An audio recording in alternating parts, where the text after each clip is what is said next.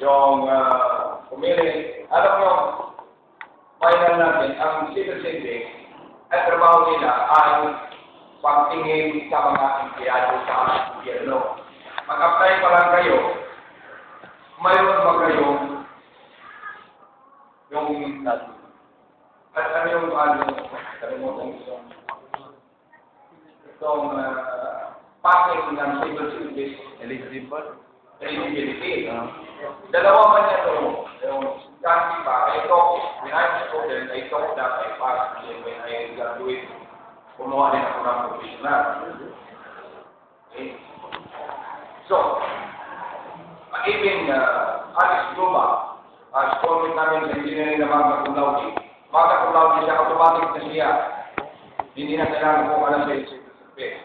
Pero kumuha ko rin siya dahil that can be used in the promotion, additional promotion. So, automatic na pagka-honor. Pwede ka honor, bago ka magtrabaho sa gobyerno, you have to pass the civil service exam to be in government. Pagpatunay, na-qualified ka. Pero that is not the only qualification. Including your qualification sa, ano ba yung silbandika?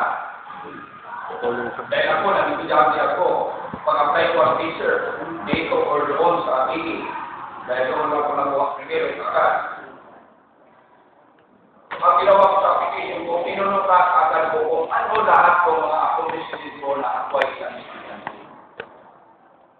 Pag-apply ko ito, ano ang accomplishment ko? 4 years. Tapos, naging ako ang coach sa buong Pilipinas na representing all of Mindanao. Okay?